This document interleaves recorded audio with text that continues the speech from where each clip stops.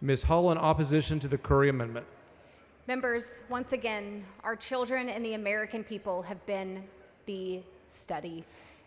This amendment guts the entire bill and the purpose of the entire bill. I know the lobby is right outside those doors. I know the lobby, the big food lobby, is the one who brought this amendment. They are terrified of labeling.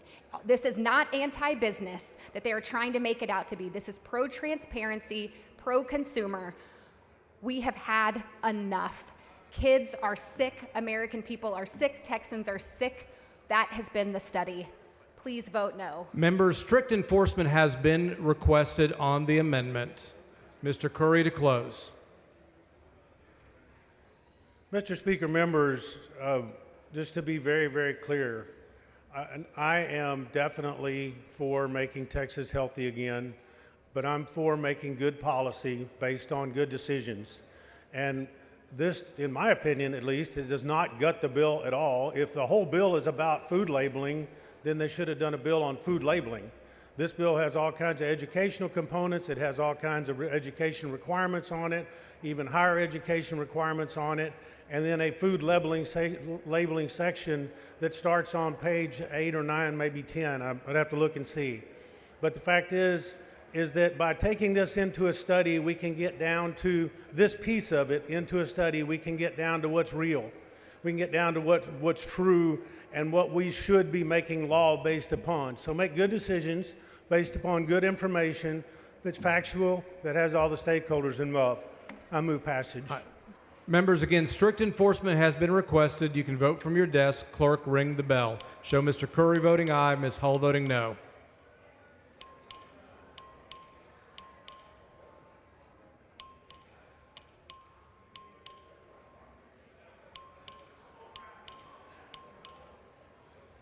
Have all members voted? Have all members voted?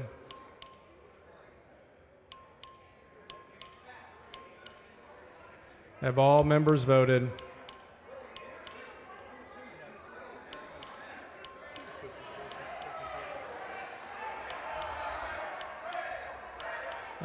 Strict enforcement has been requested. Have all members voted? 53 ayes and 62 nays. The amendment fails. Following amendment, the clerk will read the amendment.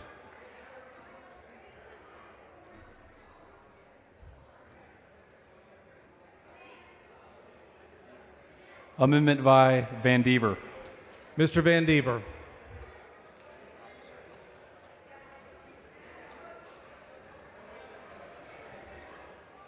Thank you.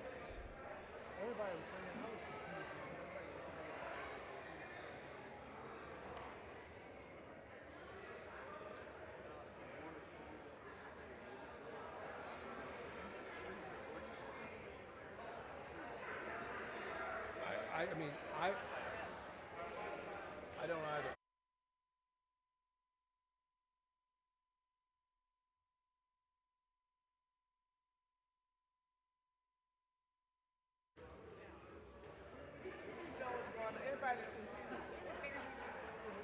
Mr. Canales, for what purpose? Parliamentary inquiry. State your inquiry. Are you aware there's a senator threatening to kill everybody's bills that's on that vote sheet? Chair is not advised.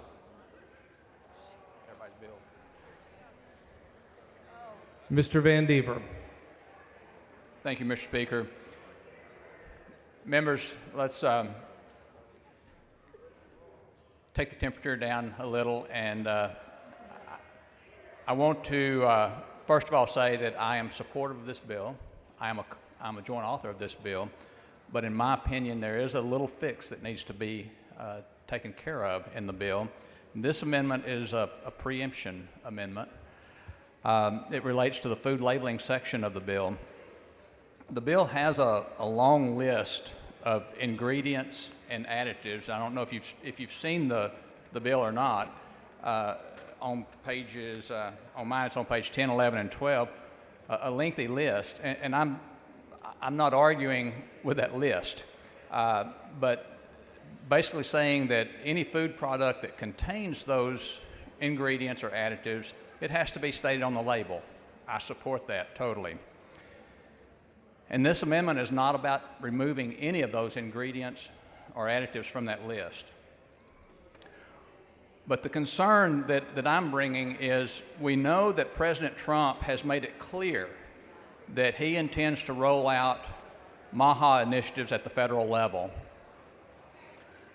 This amendment simply makes it clear that if the Trump administration does that, if we see federal regulations come out that deal with any of these ingredients or additives, then the federal regulation overrides the state regulation in SB 25. To be clear, if this bill passes, it will be the law of the land in Texas, and that's great. And if the federal government does nothing, it will still be the law of the land in Texas. But if the federal government enacts other regulations that affects this, we don't need conflicting labeling on our food products. I agree, we want to be very clear when we're labeling our food if there are chemicals in it or additives or ingredients in it that could be harmful or unhealthy. But I think one of the worst things we could do is have such a lengthy label or have two labels that are conflicting with each other that's only going to confuse the consumer. That's what this amendment is about. It's simply saying we're only going to have one food label. It's going to be very concise and clear, and it's going to inform the decisions of the consumer. And that's really the goal of this bill, and that's the goal of this amendment. Does the gentleman, Mr. Speaker, Harris Dovell, for what purpose? does the gentleman yield for questions? Gentleman yield for questions. I yield. He yields for questions. Thank you. I appreciate that. I just have a few clarifying questions on the amendment. Sure. My first question is, would this be giving state power over to the federal government in any way? Would your amendment be doing that in any way? No, this does not give the state any power over the federal government. Or I was asking in reverse, sorry. Okay. Giving the federal government more power over the state of Texas. No, we have preemption in a lot of areas. You know, if the federal government enacts legislation that is in conflict with state law, that's not unusual. And again, you know, the key is to streamline and to be very clear, to clarify the label. That's the ultimate goal. Gotcha. And then just another clarifying question. In your amendment, it says that a federal law, regulation, or guidance issued by the United States Food and Drug Administration or the USDA could have an effect on this list of ingredients. Can you give us a little more just background on what does it mean by guidance? I know, you know, obviously federal law is something that Congress would enact, but when we're talking about guidance, what exactly would that look like if for an agency to issue guidance on something? Well, I mean, it could be FDA, it could be USDA, you know, it could be, you know, it's not unusual. You know, we know that RFK is very involved right now in trying to help us, you know, have healthy food, and so, you know, it could be something from the FDA, but, you know, it could be any of those things. So are you aware that a mid-level bureaucrat in either of these agencies could issue guidance and that they could do so within a month if they wanted to? I certainly don't think that is the intent of this amendment. I don't believe that we would envision that, as you say, a mid-level bureaucrat would be able to. I would assume that if it comes out of the FDA, that the secretary of that agency is going to know what's coming out. Well, I have some more details on the guidance section, but I just also want to get clarification. If the Food and Drug Administration or the USDA says that one ingredient on this list is not bad, then does that make the entire ingredient list moot under your amendment? No, it does not. And I don't envision the Fed saying that one ingredient is not bad. You know, what I envision would be that you know, different levels might be required, different labeling, you know, formats might be required, but no, each ingredient and each additive would stand on their own. Could you understand a concern that a mid-level bureaucrat could put out guidance on all of these ingredients before this law even goes into effect, making this law completely moot by its effective date in Texas? You know, I don't see that as a possibility. I mean, we can run with all kinds of theories of, people, that people might be bad actors in some way, but I really don't think that's a realistic concern. Are you aware that the state of Texas has passed different regulations that are outside of USDA regulation and FDA regulation when it comes to all sorts of food-related things like custom meat processing? I'm not advised. Are you aware that in Texas, we do permit custom slaughtering of livestock for personal consumption, but the USDA does not? Are you aware of that? I don't know that that's an accurate statement. I believe that as long as USDA inspects for human consumption and for retail sale, I believe that is all that's necessary. Okay, I've got the law right in front of me. Are you aware that the FDA has oversight over certain other food and safety labeling standards, but that this body passed a law earlier this session preempting Texas from having to obey those regulations that the federal government put in place? Not advised. Are you concerned that this might conflict with the Healthy Texas Food bill that we already passed that bans some of these ingredients from being put into school lunches? And are you concerned that this create a patchwork of what ingredients Texas allows, what ingredients should be labeled, what we're banning, what we're not, based on, again, just some guidance from a mid-level bureaucrat in Washington, D.C.? No, I think what this amendment does is actually prevents the patchwork and prevents the confusion that might come with different labels where one is, banned and one is not banned, and different level. What this amendment is doing, let's be very clear, what this amendment is doing is clarifying what must be on the label. It's clarifying that food products only need one label, and it's helping the consumer make healthy decisions, which is the spirit of this bill. All right, I'm looking at the language of the amendment, and I just want a little bit more clarification. So it says that section 431.0815 has no effect if for a specific ingredient, so one ingredient, is determined safe by the FDA or the USDA. To me, that reads that if just one ingredient on that list is considered safe, then section 431.015 has no effect, and that's the entire section with all of the ingredients. No, I don't believe that is the case. I don't believe that's an accurate interpretation of the amendment. Okay, well, I'm reading it, and I appreciate you answering my questions. Thank you. Sure. Mr. Darby, for what purpose? Will the gentleman yield for a couple of questions? Gentleman yield for questions. I yield. He yields for questions. Representative Mendeever, I know our time is limited here, but what's the practical effect of your amendment? It brings clarity. As I said, we know that the Trump administration is coming out with healthy standards and a MAHA from the federal level. The goal of this amendment is to bring clarity to the labeling process. It's to allow food manufacturers to have some certainty when they're labeling these food products that they're not going to have to choose between a state requirement and a federal requirement and choose which one they're going to disobey. And furthermore, it's to make the labeling very clear for the consumer. We cannot expect consumers to read through 2 or 3 labels on. Think about when you get a prescription from the pharmacist and you get this long list of all of these warnings and side effects. Nobody reads those. The label needs to be very concise, very clear, and to help allay some of this confusion that we see with consumers. Does this amendment remove any labeling requirements that already exist in Senate Bill 25? Absolutely not. This does not remove anything that's in Senate Bill 25. Again, I am a joint author of Senate Bill 25. I support Senate Bill 25. I commend Senator Colcourse and Chair Hull, Texas is leading the nation in trying to make our citizens healthy again. And we... Thank you. The gentleman's time has expired. Ms. Hull in opposition.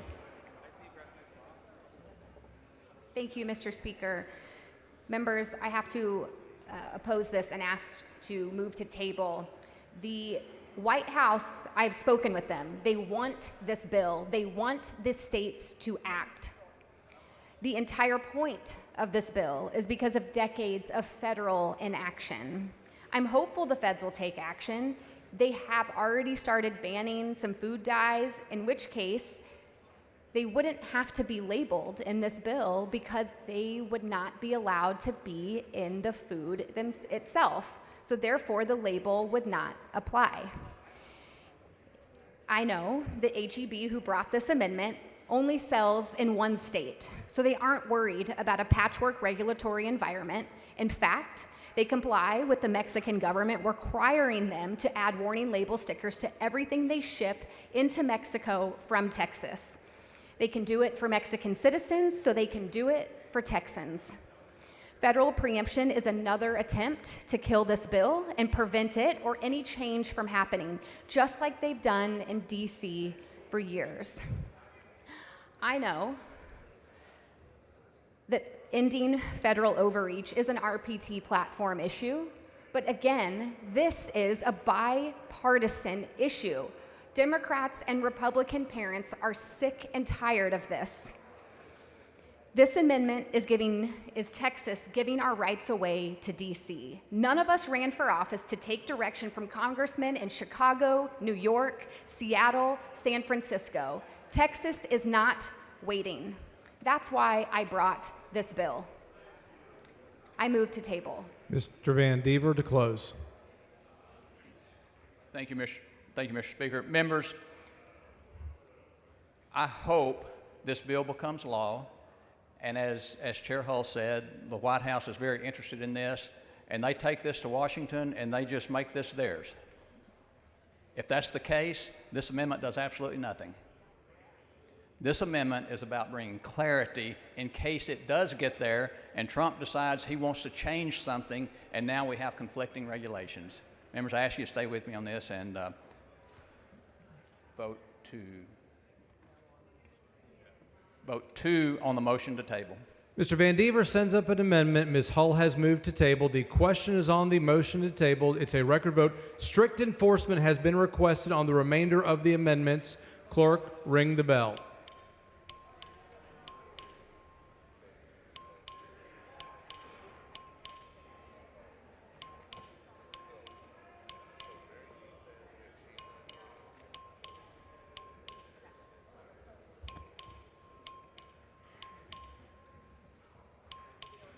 Have all members voted? Have all members voted?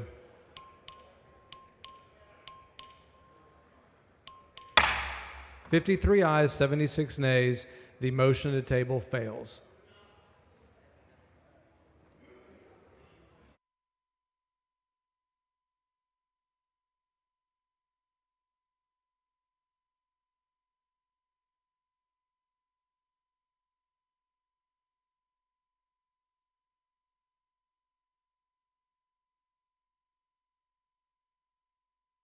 Anyone wishing to speak on, for, or against the Van Dever amendment? If not, Van Dever to close. Or Ms. Hull?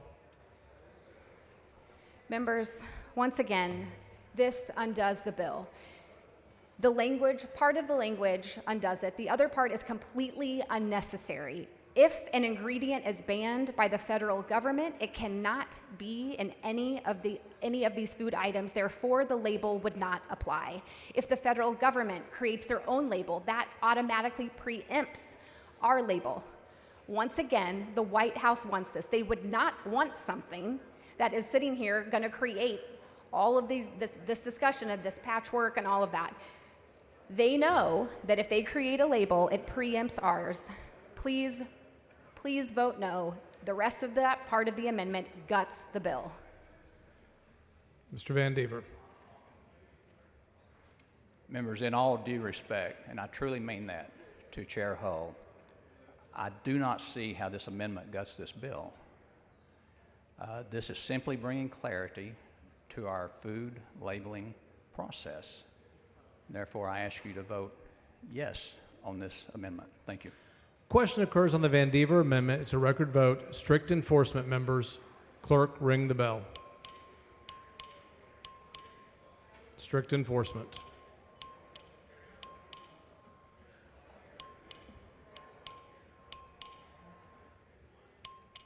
Have all members voted?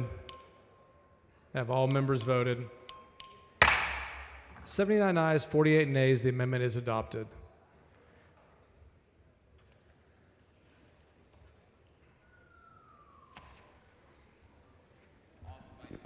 Mr. Speaker, Ms. Doorkeeper, Mr. Speaker, I have a messenger from the Senate. The door admit the pass. messenger. Thank you.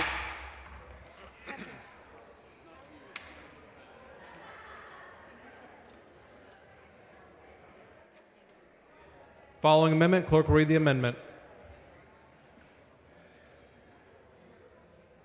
Amendment by Curry. Mr. Curry.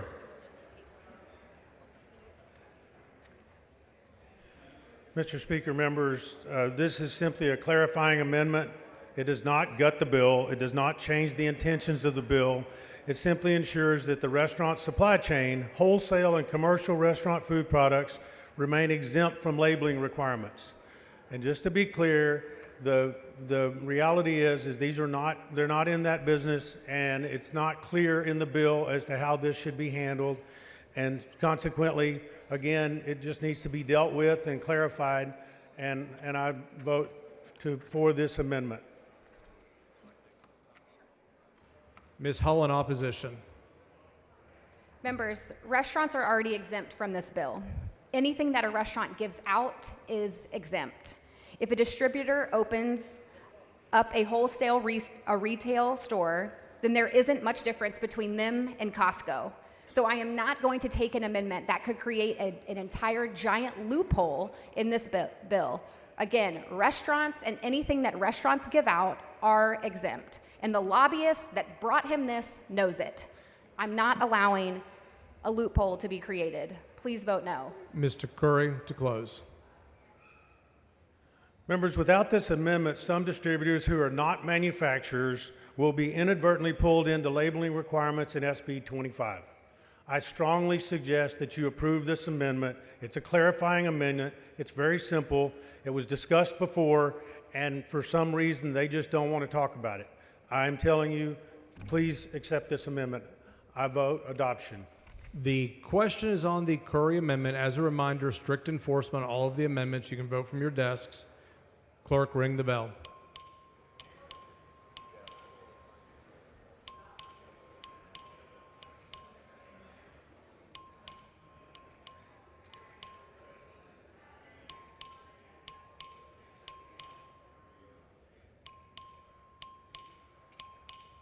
Have all members voted? Have all members voted? 58 ayes, 71 nays. The amendment fails to adopt. Following amendment, clerk will read the amendment.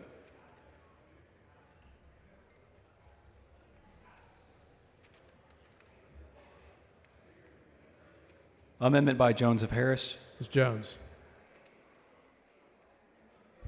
Mr. Speaker, members, this amendment is what I call the Food Desert Mitigation and Delayed Enforcement and Support of Communities in Food Deserts Amendment. The purpose of this amendment is to make sure we don't unintentionally harm the very people this bill says it wants to help. It protects families living in USDA designated food deserts. Mr. Speaker, I can't hear.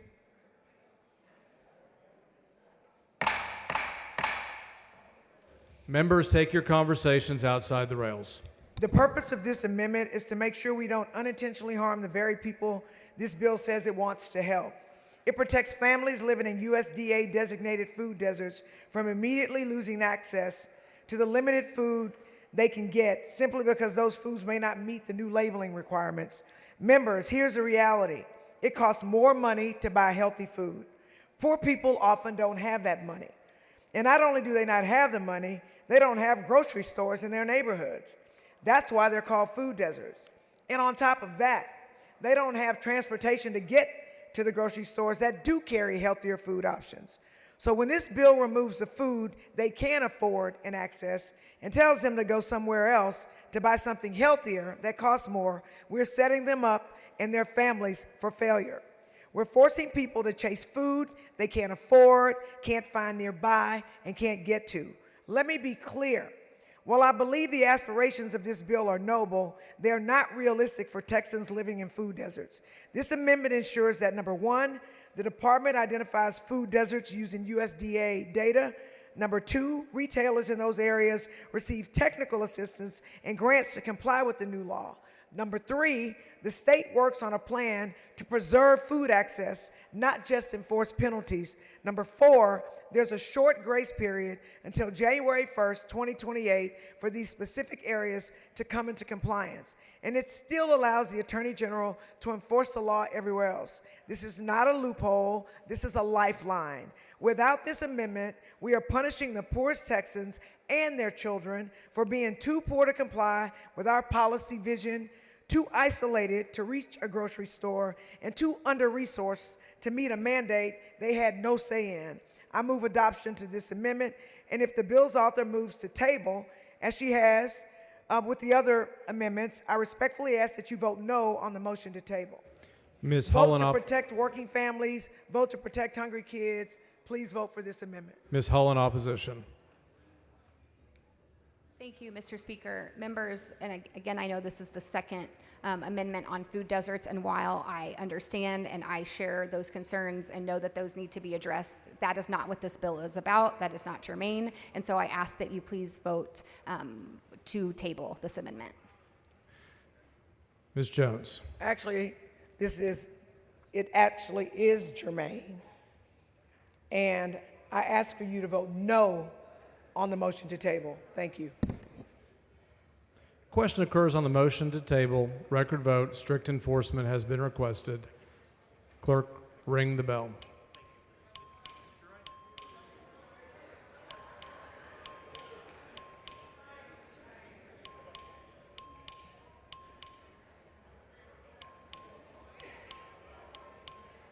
Have all members voted? Have all members voted? 79 ayes, 51 nays. The motion to table prevails. Anyone wish to speak on, for, or against Senate Bill 25? Mr. Wu in opposition.